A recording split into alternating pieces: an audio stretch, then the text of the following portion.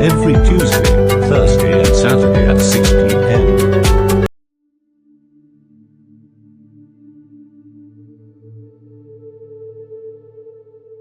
Today I'm going to tell you the story of two young girls, Marie and Chakala. Marie and Chakala have been inseparable friends since childhood. They grew up together, playing and studying side by side at primary school. Over the years, their friendship has stood the test of time. However, despite their strong bond, life took different paths for them. Chakala, who came from a modest family, had to give up her studies at an early age because of her parents' financial situation. She went into business to support herself, but without much success. She could barely make ends meet. Marie, on the other hand, had the chance to continue her studies and, thanks to a scholarship, went to the United States. There she not only completed her studies but also started a family. Despite the distance, Marie remained close to her friend Chakala and returned regularly to the country to look after her business affairs, as she had also invested in a number of entrepreneurial activities. I'll let you discover the story. Mummy, did you know that they've just postponed my flight for another 2 hours? Really? But why did they do that? Don't they know that you walk on programs too? What is this mess? Calm down, Mum. God knows why they did it. Let's not be angry. In any case, the 2 hours will pass immediately. You're right, my daughter. Let's stay in the airport restaurant and chat while we wait. Okay, let's go. Mummy, I'd like to get my best friend Chakala into one of my businesses. What do you think? Really? Exactly what business do you want to put her in? In building construction tools. Isn't that one of your best businesses? Why do you want to put Chakala on it? What's the partnership? You know, Mum, Chakala business she's doing isn't doing too well for her. So I thought she'd be useful in the building trade. Given that she already has sales experience, it would be easy for her to work with me. It'll give me a bit of a break. I could diversify into another business, so I won't have to come back to the country regularly. All we have to do is make a few phone calls from a distance, and we'll be able to sort out everything we need to keep our business moving forward. What's more, she's my best friend, so we get on really well. I think it's bound to work out. And what exactly will the contract between you be? Do you become equal partners? Or do you just want to recruit her to work with you? I'd like her to become my partner. We'll share equally in the benefits we make. Are you sure that Chakala will have the money to invest at the same level as you, to share the profits fairly? No, we all know that she doesn't have that many resources to do that. But nevertheless, I'd like to help her. All I need is his sales experience and his availability. As for the financial investment, that will be in my account. In fact, I've already got my own shop with a few items. All I have to do is send her some more stock. So you invest your money and she takes the same share as you? It's a help. And what's more, it's not as if she didn't invest. What is she investing in? Mom, her experience and time are also significant investments for my business. In any case, I don't totally agree with your proposal. You can help her financially, or recruit her as an employee. Putting her on the same level as you in your own business, where she doesn't invest much, isn't a very good idea in my opinion. Mummy, let's stop doing all these calculations. We have to help when the need arises without trying too hard to find out what the other person brings us. Let's not be too opportunistic. In any case, you have the right to do what makes sense to you. But you've already heard my opinion on the subject. All right, Mom. Thanks for listening. Why haven't you been to the market for 3 days? I'm going to start working with my friend Marie now. Is that so? You mean your American friend? Yes, Mom. She takes me on as her partner. Wow. So you're going to be running the shops here? Yes, Mom. Hey, thank God. I'm very happy for you, my girl. I'm just as proud as you are, Mom. Your friend is really nice. Yes, Mom. Marie and Chakala started working together after a few days. She sent stocks of products from outside and put Chakala in direct contact with other suppliers who would deliver to her in the country. Everything seems to be going very well between the two women. Oh, Mom. What are you doing here in the shop? I'm a bit bored at home, so I decided to come and visit you. I can help you sell.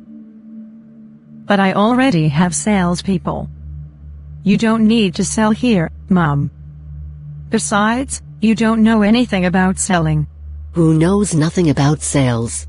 Let me remind you that I sold donuts and beans for over 15 years to bring you up. I know how to sell. Mummy. But people are looking at you. Your donut selling experiments are useless here. I'm going to prove you wrong. Sarah, Chakala's mum, sold like crazy that day. She had a way of approaching customers that most young salespeople didn't have. She really stood out, and the customer loved that. What? We sold all that money in one day? What are you doing at the checkout?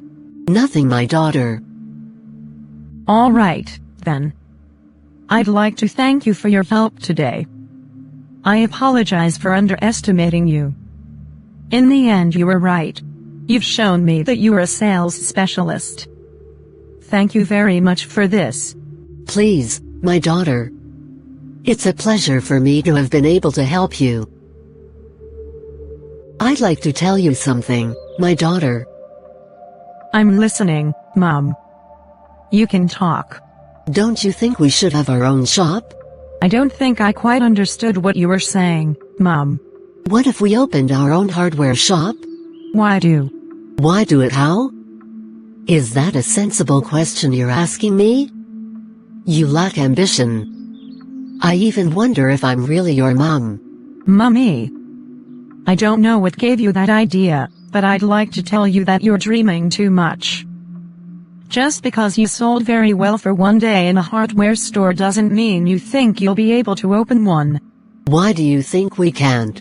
You'd rather stay in your friend's shop and make her millions in sales, when we could be making that money ourselves. What are you talking about, Mum? The turnover you make every day is extraordinary, my girl. Imagine it's on our own account. Can you imagine how much money we'd have? Take your eyes out of someone else's car. I told you we're partners, and that we share the benefits equally. You just sit there and believe it. You think she's stupid enough to share her profits with you? So the crumbs she's paying you now, you think that's what she earns herself? With everything you're selling here, I can reassure you that the profits she's making are more than 10 times what she's paying you. That's not half. Really? Yes, my daughter. Take it from me. She's only exploiting you to get rich. In any case, what she pays me is already better than what I earned when I was running my own business. I don't know where we'll find the capital to open our own shop. We obviously have a way of doing this. My daughter, think about it. Which way? Don't tell me you want to sell Dad's only remaining land. I'm not talking about our one and only plot of land, my girl. I'm talking about the money from the sale of your girlfriend's shop. Is it my money? Did I say steal? All we have to do is borrow against it. Then, as soon as we've made a profit in the new shop we've opened, we'll be able to pay back your friend. What's more, she won't know a thing, since you manage all the money. It's too risky what you're asking me to do, Mom. No, I don't think that's a good idea. I wouldn't like to take that risk. You really? But what risk? And if it doesn't work and we lose that money? How is this possible? With all your experience and my expertise, I don't think we'll be unable to manage our business successfully. I'm scared, Mom. Chakala and her mother ended up taking the money from Marie's shop to open their own hardware shops in another town. Right from the start, their shop took off. People came. because Chakala had tried to attract customers from her friend Marie's shop to her own, which meant that it caught on quickly. Thank you so much, Mom, for your brilliant idea. Thanks to you, we also have a very successful shop. You saved my life. I told you to trust me. Here are the results. Today we have a good inflow of cash. You're absolutely right, Mom. But always continue to use your girlfriend's clientele intelligently. Manage her shop well so that she doesn't suspect what we've done. She won't know. Besides, we've already put her money back where it belongs. So I don't see what will attract her attention. I'm very happy with our success. Yes, hello Chakala. How are you? I'm fine, Marie. And so are you. I hope you're well too. Yes, I give thanks. Okay. How are things in the States over there? Apparently you haven't been to work today. Yes, I am. It's hard to miss work here. Except in cases of force majeure. If not, everything's fine. Okay. I called you to have a chat about the drop in our sales over the last few months. I feel like everything is going downhill. What's going on? It's everywhere, my friend. The country is hot. Money is no longer circulating. People no longer have enough to eat to think about building or buying building materials. And it's the same in all areas, I assure you. This country is in a very bad way. And it's all because of our president, who does nothing for the country. It's really deplorable. It's not what I had imagined. When I saw our development, I said to myself that we should already be multiplying our turnover by 3 and even creating another shop. But the reality is completely the opposite. That's what I thought myself. But let's not get discouraged. It will get better. Marie ended up closing her shop because the situation was getting worse and she didn't want to lose all her capital. She had to give up her hardware shop to focus on other investments that were doing better. Isn't that my cousin Leonard? But when did he arrive? The Saudi. When did you get back? I came home 3 days ago, my sister. But you should have told me at least once. I would have picked you up at the airport. But I didn't want to embarrass you, sister. By the way, I'd just come in with the intention of following up one of my projects quickly and returning the next day. I hadn't normally come for long. But unfortunately things didn't turn out the way I thought they would, so I ended up spending more time here than I'd planned. So I thought I'd drop in and say hello. I understand. I saw your daughter's hardware shop. It's really big. But that's the past. It closed recently. However, someone told me that this was her second shop and that she had obviously closed the first one. No, that's not true. My daughter only had one hardware shop. Her other shops were for other things. Is that so? But I've just bought from them, thinking that my money is coming home. The person has won. This is their chance. But it's strange. The person who told me about this shop can't lie. She knows this town very well. She even knows the shop manager. And it seems she's even your daughter's friend. The person in question was probably telling you about the old shop.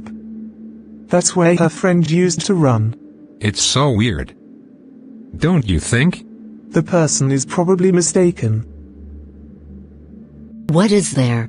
Our lorry had an accident, and we lost a lot of goods.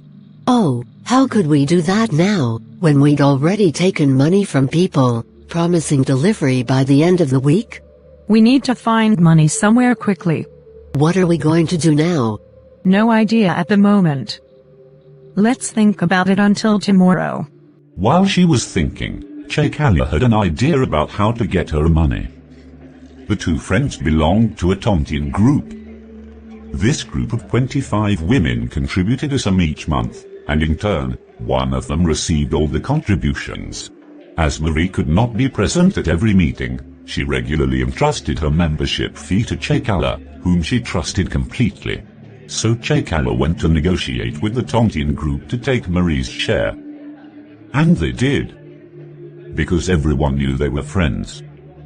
And what's more, it's Chakala who represents Marie in the country. So she took the money to sort out her lorry problem without even telling her girlfriend. Please, Chakala. Can you do me a favor? I'd like you to get my Tontine money and give it to my mom. She has to help me do something with it. Oh? Really? Is there a problem? Or is it not my turn to pick up the Tontine this month? Yes, it's your turn, but I had a little problem, so I spent your money. You took my money without even informing me in advance? I'm sorry. I wanted to call and talk to you about it when you called me. I'm really sorry. But don't worry. I'll pay you back by the end of the next month. Okay, I hope so. Marie, although disappointed, didn't let on. She hoped that her friend would respect the deadline set for repayment. But when the day came, Chakala still hadn't raised the money to pay off her debt. Faced with this situation, Marie decided to inform the other members of the Tontine group. As a result, Chakala was excluded from the group. Could Marie have done such a thing to you? I thought you were friends. That's what I myself thought, my girlfriend. Yet I had helped her in this country. I worked for Marie for free. I never took a penny from her. She used me to do business. Now, because of the money I've used, she's taking the liberty of spoiling my name in the band. That's always how those in the diaspora behave. They think they're better than us here at home. You're right, my friend. Marie sees herself too much. In any case, that's why I cut the bridge between myself and her. I don't know what she has that I don't have. I hear things aren't going well with you and your best friend Marie. Is it true that you've been eating her money? How much I even ate? When I put money into her business, she didn't say anything to people. I was taking my own money to invest in her business to help it grow. But she didn't talk about that. People are like that. It gives me a real sense of who she really is. Exactly. Why does Maria allow herself to behave like that with you? Doesn't she know she's sullying your image? That's what she did with me, Mom. She made me leave the Tontine group. She doesn't even write to me anymore. When I call her, she barely answers. Is it always because of her money that she behaves like this? Or did she find out about our shop, or the strategy we'd put in place to get it? No, I don't think she could know that. And even if she finds out, do we owe it to her? Is she the reason we're no longer going to set up our own business? Ah, what do you want me to say now? His behavior is really weird. Marie has enough money. I don't understand why she's making such a fuss over a few pennies. After all, I didn't steal it. You just borrowed his money. Exactly, Mom. She really has the means. She has shops in general grocery and ready-to-wear. She also has more than 2 jobs that she does on a sandwich course. She even has a large furnished villa to rent and a hotel project in the pipeline. Does she really have all this? I've always told you how strange it is that you've both grown up together and she's the only one who's succeeded in life. Sometimes I think she took a chance on you. Did she? Do you think it's possible she took a chance on me? Of course. You never made the connection before? I've always wondered why she was so lucky, but you weren't. Anyway, I've got an idea. We're going to give her a very good life lesson. What are you thinking, Mom? We're not even going to hit her. In any case, I've already gone through all our knowledge to give my version of the facts. I've already saved my image. It's sooner she's seen as the bad guy in this story. It's not enough. You may have managed to improve your image with some people, but not with everyone.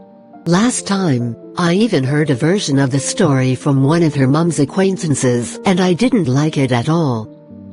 Her mom also supports her in her behavior. She's helping to tarnish our image. We're going to give her another good life lesson. If she thinks she's made a success of her life, we're going to show her that her life is just a glass on the table and that it can be crushed in a snap of the fingers. You're right, Mom. To what do I owe your visit, my daughters? Charlatans. I brought my daughter to see you. What can I do for you, my daughter? My own best friend has turned against me. She's destroying my reputation, and my mom's everywhere, just because I borrowed her money. So what do you want us to do for your friend? We want to teach her a very good lesson. So you want us to get rid of her? That's my speciality. Yes, if possible. May she die. Death is the only thing we can do. I wouldn't like her to die. What are you afraid of? You can create a spiritual illness to paralyze it so that it dies slowly. That way, even if she dies later, you won't be responsible for her death, but only for her illness. But that's dangerous too, isn't it? Personally, I'd rather she just lost her property and went bankrupt. There are several ways of ruining someone's life, says my daughter. With this paralysis, she won't be able to do much, and she'll spend a lot of money on care. It's exactly what she needs. Make it. She won't be able to return to the United States as soon as she sets foot in the country. We're all going to stay here. What's been going on with you since yesterday? Why are you being so weird? Mummy. I've been a bit embarrassed since yesterday because of what we went to the quack. I feel a bit guilty. What do you feel guilty about? Pull yourself together and go and do what the charlatan asked you to do. She'll be back home this week, won't she? Yes, Mom. I hope you got off to a good start. Alright, then. I'll pick you up at the airport in 7 hours if all goes well. Have a great trip. You were on the phone all evening. I was talking to Chakala. I'm trying to set up a new business with her. A new business with whom? The woman who ate your money and refuses to pay it back. Is that who you want to go into business with again? Ah? That's all in the past, Mom. In fact, she apologized to me only the day before yesterday. I'm even going to ask for her to be reinstated in the Tontine. I think she did the wrong thing. But I have to forgive her to keep our relationship going. My daughter, the girl isn't at all honest, and I've always told you so. I've learned things about you from her that I didn't like. I'm sure that's what Mom said. Let's just forget it. What matters to me is our bond of friendship. I also have something to tell you about her. What else, Mom? I've discovered that Chakala has a hardware shop that she's been hiding from you. It's not possible, Mom. I'm serious, my daughter. Chakala and I talk almost every day.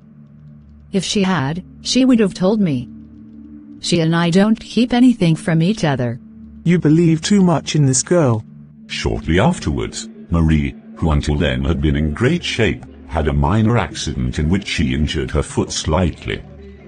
But what seemed like a minor shock quickly turned into paralysis. Worried, she consulted several doctors, but no treatment worked. I'm paralyzed for life, Mom. I'm finished. What will become of me? What's wrong with my daughter? Madam, you don't have shoes on your feet. You're quite right. Thank you very much. My only daughter, whom I gave birth to with all her limbs, has now become paralyzed. Who will take care of me? What will become of me? Claire is in total despair because her daughter was her only support. One day, an old friend of the family advised Claire to take her daughter to see a prophet. When they met, the prophet made some shocking revelations. Dear madam, your daughter has been bewitched by someone close to her, a long-standing friend. My daughter is under a spell, you say? Yes. One of her friends came to your house on the day your daughter returned from the United States. She had come to bury a talisman in your yard. That's what caused the little shock that led to the paralysis. The only friend my daughter has who comes to the house is her childhood best friend Chakala. I don't have the exact name to give you, madam. But this person hasn't been back to visit you since your daughter was admitted to hospital. I see. She has never surfaced since my daughter was paralyzed. She is the cause. Dear Lord. I had never trusted that girl. I knew she wasn't honest. Help us, Prophet. Do you think my daughter will be on her feet again? Yes, by the grace of God. But it will be a return to sender. I'm going to pray for the grace of healing for your daughter, but her friend in question and all those involved in this affair will have consequences in return. Do everything you can to save my daughter. You're serious, Mom? Do you really think that my best friend Chakala could be the cause of my unhappiness? When she calls me every 3 hours to check up on me? She calls you. But she's never been here before. The Prophet revealed everything to me today. She can't come because she's the culprit. No, I don't think so, Mom. Chakala could never do that to me. I refuse to believe it. In any case, we'll find out if it's her or not. Since the Prophet said that he will heal you, but that the person or persons responsible for your evil will have consequences. Let him do what he has to do. I just want to find my feet again. But I'm quite sure it won't be Chakala who's the source of my pain. We shall see. Mary, shocked and incredulous, refused at first to believe that Chakala could be responsible, but after several days of prayer and fasting, something strange happened. 3 days later, Chakala and her mother were involved in a car accident. Sarah died instantly, while Chakala became paralyzed. Are you already here? Yes, I've come quickly because we have a prayer to conclude today before you start your daily routine. I see. But your daughter is currently in rehab. She recovered from her paralysis this morning. Is it? Yes, that's good news, isn't it? This is very good news. Thank you, God. I used to hear people say that you're the God of the impossible, and I never believed it. But now you've bluffed me. I will serve you and all my family from now until the end of my days. Look at me, Mom. I'm standing. Let us give thanks to God for his healing. I think we should call the Prophet and tell him. His God is excellent. I've already told him, my daughter. He was very happy to hear it. I'll be back soon. I'm off to do some shopping and prepare some tasty dishes for you. I also invited the Prophet to dinner. Okay, Mom. Sister Marie, we have a patient here who has been asking to see you since yesterday, and we don't know why she's being so insistent. A patient, you say? Did she tell you we know each other? Why does she want to see me? I'm not a doctor. Maybe it's someone you know. You asked to see me, madam. Who are you? Do we know each other? I'm Chakala, your friend. Chakala. What the hell are you doing in an emergency room in hospital? I had an accident with my mum 3 days ago. What about your mum? She did not survive the accident. But why is this happening to you? Why?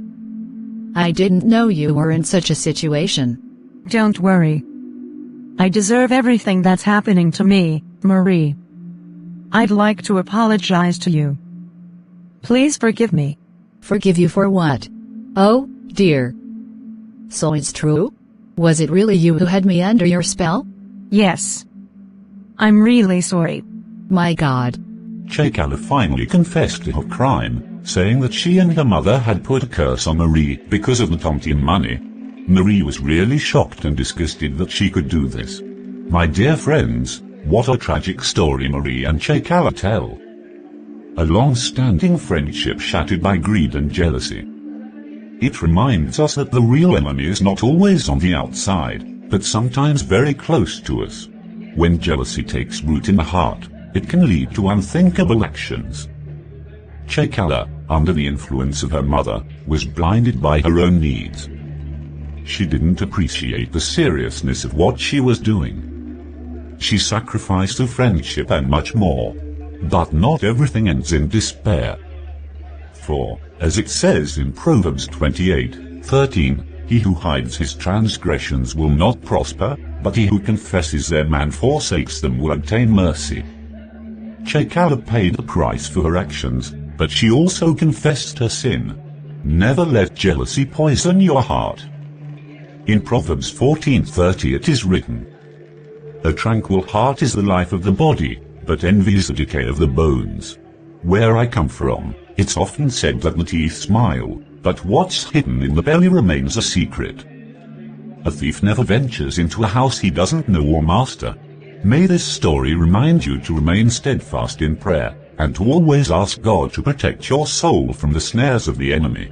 If you like this story, feel free to comment and share it with others. Don't forget to subscribe. Bless you all. Bye.